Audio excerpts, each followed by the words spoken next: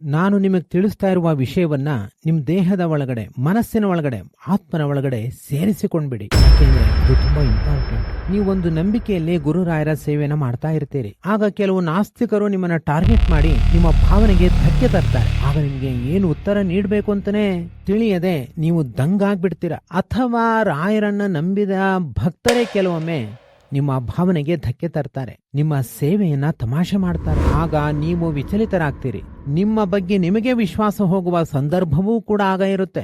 ಇಂತಹ ಸಂದರ್ಭದಲ್ಲಿ ನೀವು ಎದೆಗುಂದದೆ ಅವರಿಗೆ ಉತ್ತರಿಸಲು ಸಮರ್ಥರಾಗಬೇಕು. ಅದಕ್ಕಾಗಿ ನಾನು ಇಲ್ಲಿ ಹೇಳ್ತಾ ಇರುವಂತಹ ಒಂದೊಂದೇ ಪಾಯಿಂಟ್ಗಳನ್ನ ಕೇಳ್ತಾ ಹೋಗಿ. ಇವತ್ತಿನ ದಿನ ನಾನು ನಿಮಗೆ ತಿಳಿಸ್ತಾ ಇರುವ ವಿಷಯವನ್ನ ನಿಮ್ಮ ದೇಹದ ಒಳಗೆ, ಮನಸ್ಸಿನ ಒಳಗೆ, ಆತ್ಮನ ಒಳಗಡೆ ಸೇರಿಸ್ಕೊಂಡ್ಬಿಡಿ. ನಾನು ಹೇಳುವ ಗಹನ ವಿಷಯವನ್ನು ಅರ್ಥ ಮಾಡಿಕೊಳ್ಳುವ ಮೊದಲು ಒಬ್ಬ ಭಕ್ತರು ನಂದಿನಿ ಲೇಔಟ್ನಲ್ಲಿ ಇವರು ವಾಸ ಮಾಡ್ತಾರೆ. ಇವರ ಹೆಸರು ಶ್ರೀಮತಿ ಮಂಜುಳಾ. ಬೆಂಗಳೂರು ನಗರದಲ್ಲಿ ವಾಸವಿರುವ ಇವರು ತಮ್ಮ ಒಂದು ಅನುಭವವನ್ನ ನಮ್ಮ ಮುಂದೆ ಇಡ್ತಾರೆ. ಕೇಳಿ. ನಮಗೆ ನಮ್ ಬೇಡಿದ್ದೆಲ್ಲ ಕೊಡೋ ರಾಘವೇಂದ್ರ ಸ್ವಾಮಿಗಳ ನಮ್ಗೆ ಎಲ್ಲವನ್ನೂ ಕೊಡ್ತಾರೆ. ನನ್ ಕಾಲ್ ನೋವು ಅಂತ ಹೇಳ್ಬಿಟ್ಟು ನಾನು 5 ಹುಣ್ಣಿಮೆ ಬರ್ತೀನಿ ಕಣಪ್ಪ ಮಂತ್ರಾಲಯಕ್ಕೆ, ನನಗೆ ಕಾಲು ಹುಷಾರ್ ಮಾಡು ಅಂತ ಕೇಳ್ಕೊಂಡೆ. ನಾನು 3 ಹುಣ್ಣಿಮೆ ಹೋಗೋದ್ರೊಳಗಡೆ ನನ್ ಕಾಲ್ ನೋವೆಲ್ಲ ಕಡಿಮೆ ಆಗಿ ಇವತ್ತು ಎಲ್ಲ ನೋವು ಕಡಿಮೆ ಆಗೈತೆ. ಮತ್ತೆ ನಮ್ಮ ಯಜಮಾನ್ರಿಗೆ ಯಾವಾಗ್ಲೂ ಕಾಲ್ ನೋವು ಅನ್ನೋರು. ನಾನು ಅವರು ದೇವ್ರು ನಂಬೋದೇ ಇಲ್ಲ. ನಾನು ನೀನ್ ದೇವಸ್ಥಾನಕ್ಕೆ ಹೋಗ್ಬಿಟ್ಟು ಬಾರಪ್ಪ, ಮಂತ್ರಾಲಯಕ್ಕೆ ಹೋಗಿ ಹರ್ಚ್ಕೊಂಡು ಹೋಗ್ಬಿಟ್ಟು ಬಾ ನೋಡೋಣ, ಅವ್ರು ನಿನ್ ಗ್ಯಾರಂಟಿ ಒಳ್ಳೇದ್ ಮಾಡ್ತಾರೆ ಅಂತ ಹೇಳಿದ್ದೆ. ಅಲ್ಲಿ ಹೋಗ್ ಬಂದು ಒಂದೇ ತಿಂಗಳು ಹೋಗಿದ್ದು. ಒಂದೇ ತಿಂಗಳು ಹೋಗಿ ಬರೋ ಅಷ್ಟೊತ್ತಿಗೆ ಅವ್ರಿಗೆ ಆಪರೇಷನ್ ಆಗಿ ಅವ್ರ ಕಾಲೆಲ್ಲ ನೋವೆಲ್ಲ ಕರೆಕ್ಟ್ ಆಗೋಯ್ತು. ಇನ್ನು 2 ತಿಂಗಳು ಹೋಗ್ಬೇಕು, ಕರ್ಕೊಂಡ್ ಹೋಗ್ಬೇಕು ಅಂತ ಅನ್ಕೊಂಡಿದ್ನಿ. ಹೋಯ್ತೀನಿ ಮುಂದಿನ ತಿಂಗಳು ಆಚೆ ತಿಂಗಳ ಯಾವಾಗ್ಲಾರ ಹೋಗ್ಬಿಟ್ಟು ರಾಯರ್ ಸೇವೆ ಮಾಡ್ಕೊಂಡ್ ಬರ್ತೀನಿ. ರಾಯರ್ ನಮ್ದವ್ರಿಗೆ ಯಾರಿಗೂ ಕೆಟ್ಟದ್ದಾಗಿಲ್ಲ, ಎಲ್ಲ ಒಳ್ಳೇದೇ ಆಗೈತೆ. ರಾಯರ್ ನಂಬಿ ಈ ತರ ಪುಸ್ತಕಗಳನ್ನ ಎಲ್ಲಾರು ತಗೊಂಡ್ ಬರೀರಿ, ಎಲ್ಲಾರ್ಗು ಒಳ್ಳೇದಾಗುತ್ತೆ. ಇವರ ಮಾತುಗಳನ್ನ ಕೇಳಿಸ್ಕೊಂಡ್ರಲ್ಲ, ಒಬ್ಬೊಬ್ಬರಿಗೆ ಒಂದೊಂದು ಬಗೆಯ ರೀತಿಯಲ್ಲಿ ಗುರುರಾಯರು ಅನುಗ್ರಹವನ್ನ ಮಾಡ್ತಲೇ ಬರ್ತಿದ್ದಾರೆ.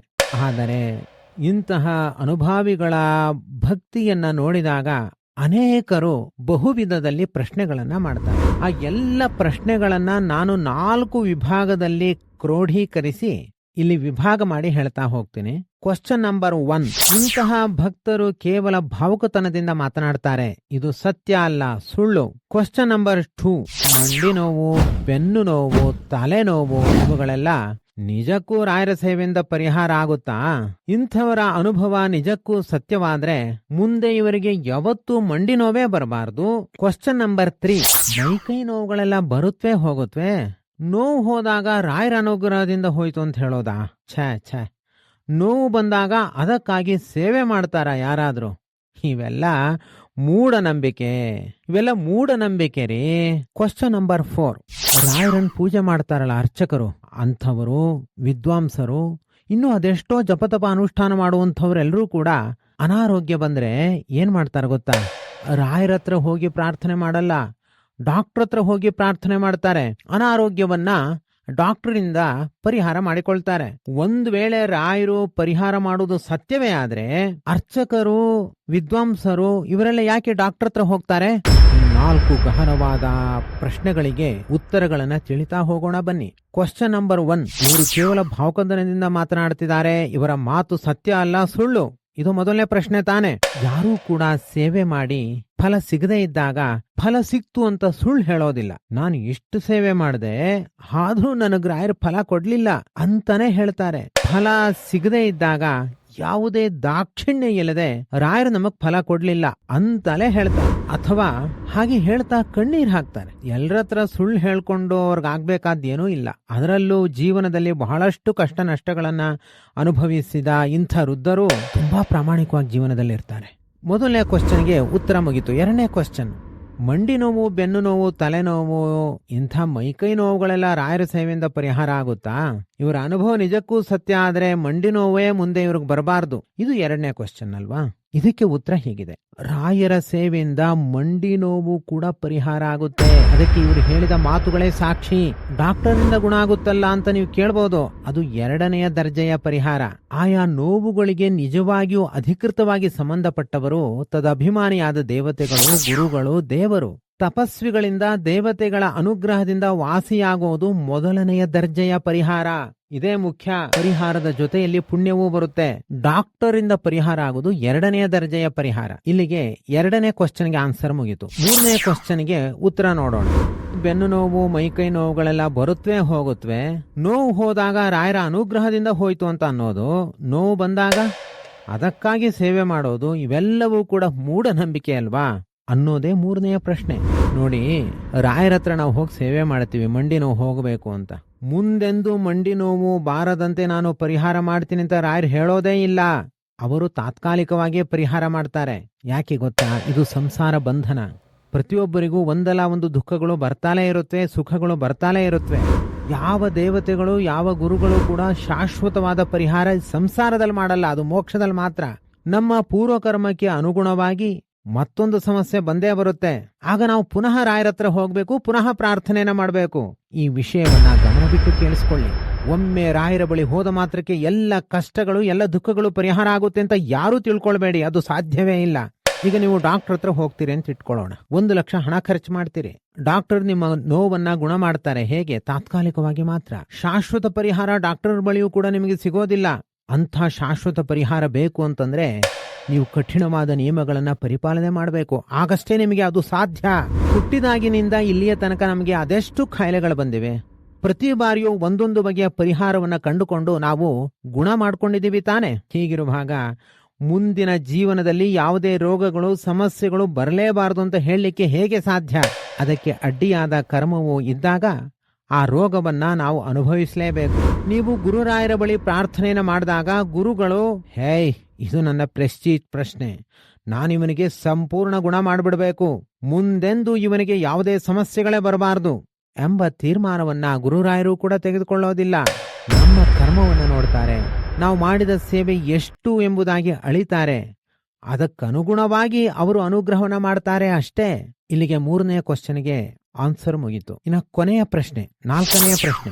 ಅರ್ಚಕರು, ವಿದ್ವಾಂಸರು, ಜಪತಪಾನುಷ್ಠಾನ ಮಾಡುವವರು ಕೂಡ ಗುರುರಾಯರ ಬಳಿ ಹೋಗದೆ ಡಾಕ್ಟರ್ ಬಳಿ ಹೋಗಿ ತಮ್ಮ ಅನಾರೋಗ್ಯವನ್ನ ಗುಣ ಮಾಡಿಕೊಳ್ತಾರೆ.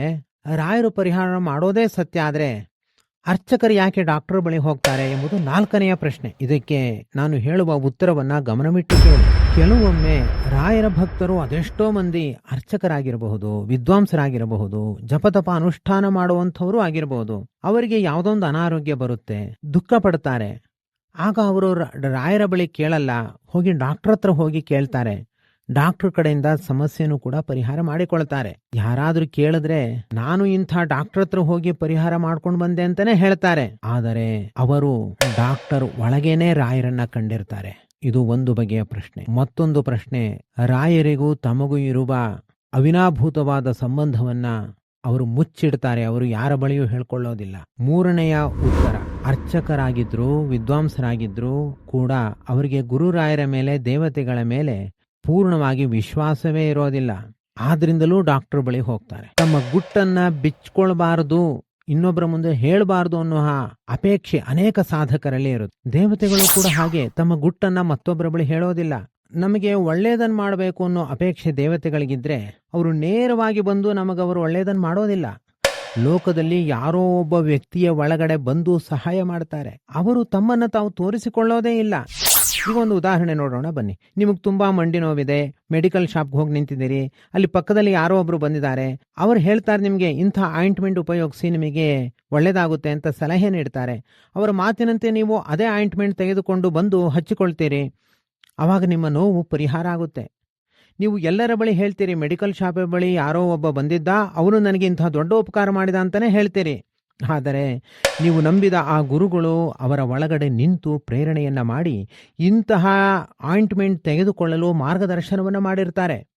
ಅವರು ನೇರವಾಗಿ ಬಂದು ನಿಮಗೆ ಸಹಾಯ ಮಾಡಲು ಅಪೇಕ್ಷೆ ಪಡೋದಿಲ್ಲ.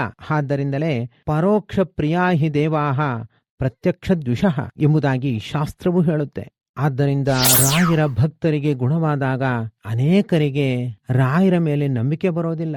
ಗುರು ರಾಯರು ಕೂಡ ನೇರವಾಗಿ ಬಂದು ಅನುಗ್ರಹ ಮಾಡೋದಿಲ್ಲ. ಕೆಲವೊಮ್ಮೆ ಕೆಲವೊಬ್ಬರಿಗೆ ಮಾತ್ರ ಇಂಥ ಅನುಭವಗಳು ಒಗ್ಗೂಡುತ್ತವೆ. ಈ ಮುಖ್ಯ 4 ಬಗೆಯ ಉತ್ತರಗಳನ್ನ ನೀವು ನಿರ್ಧಾರಾತ್ಮಕವಾಗಿ ತಿಳಿದುಕೊಳ್ಳಿ.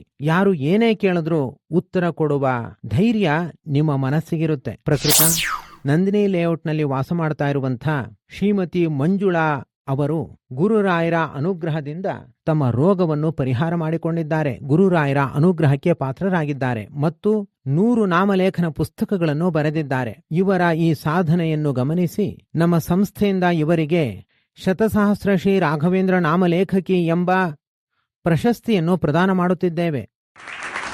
ಇವರಿಗೂ ಇವರ ಕುಟುಂಬಕ್ಕೂ ಗುರುರಾಯರು ಪೂರ್ಣವಾಗಿ ಅನುಗ್ರಹವನ್ನು ಮಾಡಲಿ. ಸರ್ವಗುಣ ಸಂಪೂರ್ಣ ಸರ್ವದೋಷ ವಿವರ್ಜಿತ ಪ್ರೀಯತಾಂ ಪ್ರೀತೇವಾಲಂ ವಿಷ್ಣುರ್ಮೇಯ ಪರಮಸುಹೃತು. ಶ್ರೀಕೃಷ್ಣಾರ್ಪಣಮಸ್ತು. ಯಾವುದೇ ಅಡ್ಡಿ ಆತಂಕ ಇಲ್ಲದ ರಾಯರ ನಾಮಲೇಖನ ಯಜ್ಞದಲ್ಲಿ ನೀವು ಕೂಡ ಬೇಗನೆ ಪಾಲ್ಗೊಳ್ಳಿ. ನಿಮ್ಮೆಲ್ಲ ಕಷ್ಟ ನಷ್ಟಗಳನ್ನು ಪರಿಹರಿಸಿಕೊಳ್ಳಿ. ಶುಭಮಸ್ತು. ಶ್ರೀರಾಘವೇಂದ್ರ ಶ್ರೀರಾಘವೇಂದ್ರ ಶ್ರೀರಾಘವೇಂದ್ರ ಶ್ರೀರಾಘವೇಂದ್ರ